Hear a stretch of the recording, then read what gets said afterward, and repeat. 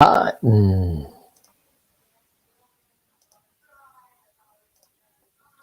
Hi, welcome to the Winners Find a Way show. I am your host, Trent Clark, and just love to touch some base, talk some shop today on the Winners Find a Way show as I am in lovely Los Angeles, California.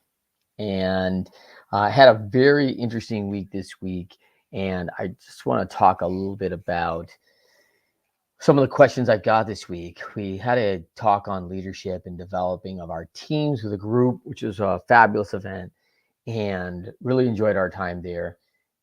And one of the things that came up that really intrigued me was the language around being a team, around being, hey, we're really close knit. We work as a team. We want to be a team. All these things are very important, and really honor that. I think that's really important.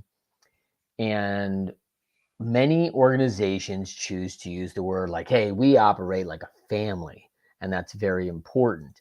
And when I think about that, I thought, man, like that's really awesome. I think a lot of people think a lot of positive things when they think, um, what about being a family? Like all those things that come in and what's that mean to somebody? For me, that means a bunch of things that are awesome. Like I came from a great family, and now it wasn't perfect for sure. There was some good things, there were some challenging things, there were some things along the way for sure. But I had a really rich environment for developing and learning, and two great parents, and growing up. So it was fabulous. But I also recognize that through many years of just working with individuals and coaching, not everybody got a great chance to have this great family environment. So as I look at um, that language around that, I think there's some danger in building up a we are family type of environment at work. A lot of people see it as stressful. There also is a connotation of emotionality that comes in it. There's also a connotation of intimacy inside a family that we separate sometimes from work. And actually, some of those challenges are serious HR challenges at work sometimes, right? So we have to address that. So I prefer to lean away from family at work, even though I've worked with a lot of family businesses who are actually family, and most of them are very diligent about having rules of engagement and communication at work that can be very different from what things are like on the weekends when they're all at the lake house and barbecuing with friends and family together. That may look very different, and that language may be very different. So rules of engagement are so important. When I think about, as we develop leadership, we talk about the language of leadership, and that's probably one of the most important things you can help develop in your organization is what is that language that you want to permeate from the top all the way through your organization, so it's consistent across every measure of the organization. That becomes so important. And so I just encourage you today to think about that. The other side of the rules of engagement, as we develop a language of leadership, we develop, hey, what are our core values? What are those things? How do we engage well? What is our language? Are we going to use team? Are we going to use family? What's going to be around that when we move forward as building that organization together? And then of course, what's our going to the biggest rules of engagement around employees and teams is typically around conflict, which is what do we do to put together our rules of engagement around conflict. And a couple just quick highlights for me to have our rules of engagement is there's going to be conflict. So if we're not planning for that seems crazy to me, right? Like there's going to be conflict. So how do we do that well? And how do we do that productively? Most conflict tends to be not very productive. It actually starts slowing process, creates more inefficiencies. Our job is to actually have solid productivity and productive conflict.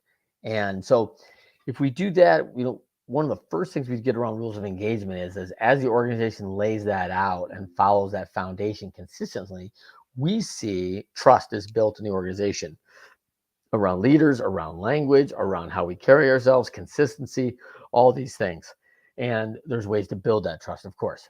And so then when we have that, the team leans towards what is the best truth. What's the best path forward for us, right? So I like Patrick Lencioni's comment, that his quote that says, hey, if we have trust, then the conflict is really just a search for the best option or truth that we're looking for. And I'm paraphrasing that here, but that's what we're doing now. And I can leave my ego at the door, and so can my counterpart at work. And we're just looking to, hey, how do we get this best? From my lens, this is what I think would be the best way. And from her lens, this is the way she thinks that would be the best way to go. And so now we got to come together and go, wow, those are experiences that are really interesting. I didn't have those experiences. That's an interesting perception that you have on how that might look to folks. And that changes how we're in. And vice versa. She's like, whoa, I didn't have that kind of team experience in my life that you had. This is changing my dynamic of how I might look at this. And then somewhere we find a common ground in what we're both looking at. Oftentimes, both being some level of right, and oftentimes both having some level we knew adjust in our own limited viewpoints, and that's okay. So when we do that, how does that work? One is when there's conflict, have a rule of engagement of how that looks. Like, hey, we do disagree. How can we do that well? Especially, I'm going to look at some of the higher level of conflict where it gets emotional and people are getting involved quickly. Look at the fact of disengaging and stepping away from it, because emotional damage is done all the time with words that were said out of an emotional response, and it's not effective and it's not fact based. And so we really want to deal with the facts, with what we know, with our own experiences, and not with opinions or emotions or what we feel might be. So we don't want to deal with it.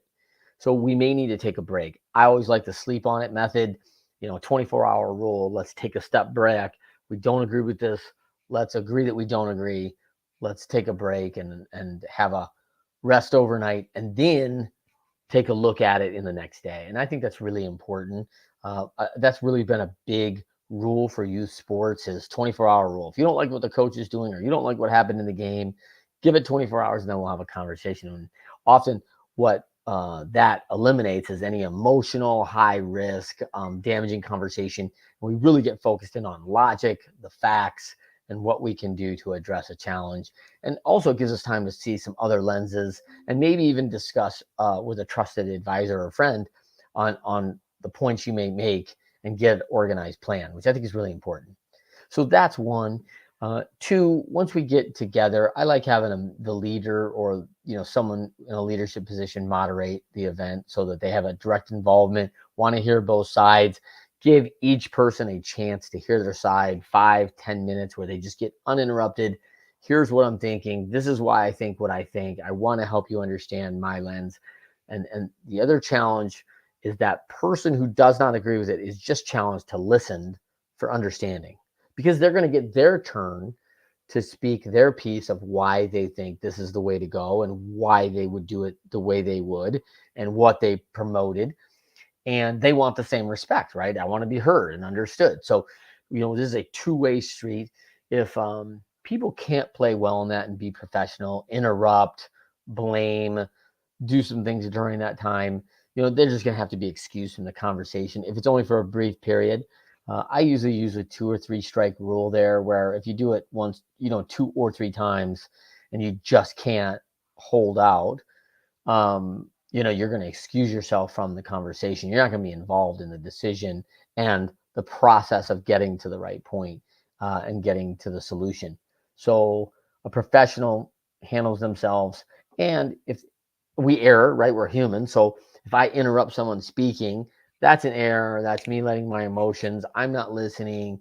And so I would take a break at that point as the moderator and say, hey, we need a break. Trent, not okay.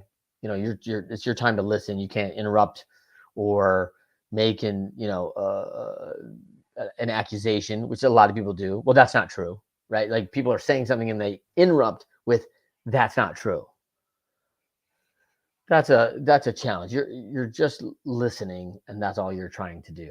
So it is not easy, but there are rules of engagement around it that can make a lot of sense. And when you do that, take a break, explain what just happened, say, Trent, can't interrupt.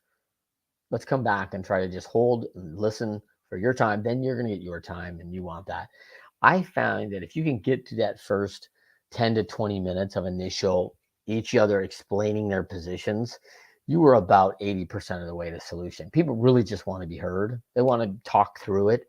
And by the way, there's a ton of learning in 10 minutes of why someone, if you just listen to someone, why they chose, there's a ton of learning for someone else going, wow, even though I may not agree with it, I certainly now understand your position and your lens and why you thought that would be a good idea for us to move forward that way. And that's, to be understood, is a big deal. So I think the rules of engagement there are really important. And then, of course, at the end, we are looking for a solution in that last 20%, which is how do we do it well and how do we move forward? Sometimes the moderator needs to get involved. Sometimes it's more clear and we have clarity going forward.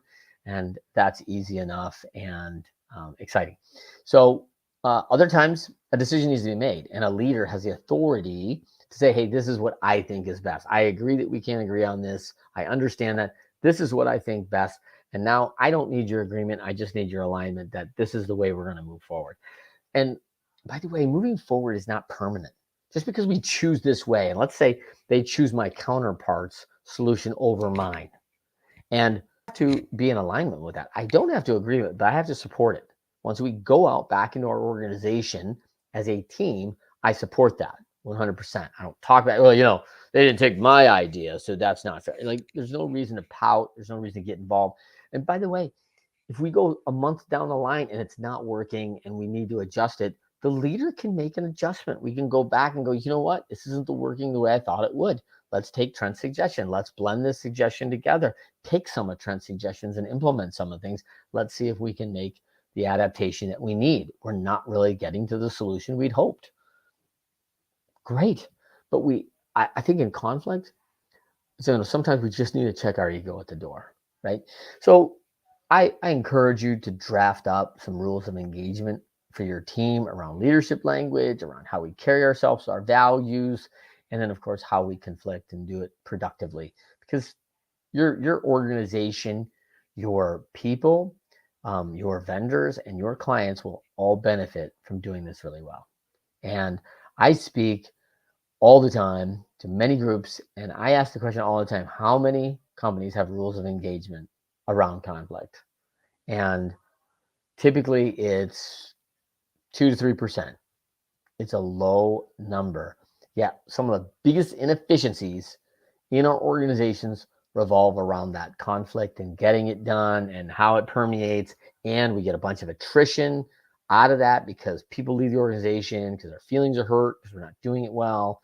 The boss doesn't seem to be managing it. I don't like the way it was handled. In fact, it wasn't handled, or it was handled in a very autocratic way. So we get all these interpretations of what conflict is. And let's face it, if we're in business, there's going to be conflict. That's what you're hired for. There's challenges, and they hired you and brought you in because in organizations that have challenges, you're supposed to be resolving the challenges. So challenges create conflict. And so if you don't think there's going to be any in your life, I don't like your chances. So for everyone out there, just a quick snippet today on the Winners Find a Way show on leadership, rules of engagement, language between team and family environments at our organizations. And I just encourage you to be great out there today. Look for us on the Winners Find a Way show every Friday, 12:30 p.m. Eastern and 9:30 a.m. Pacific, as well as our new brand, Athletic Influencer Marketing, and the AIM NIL community, where we're helping college athletes be young entrepreneurs, learn their brands, and we're super excited about that. So come join us, follow us, and learn more. It's an exciting time in the space for athletes like myself going through that many moons ago.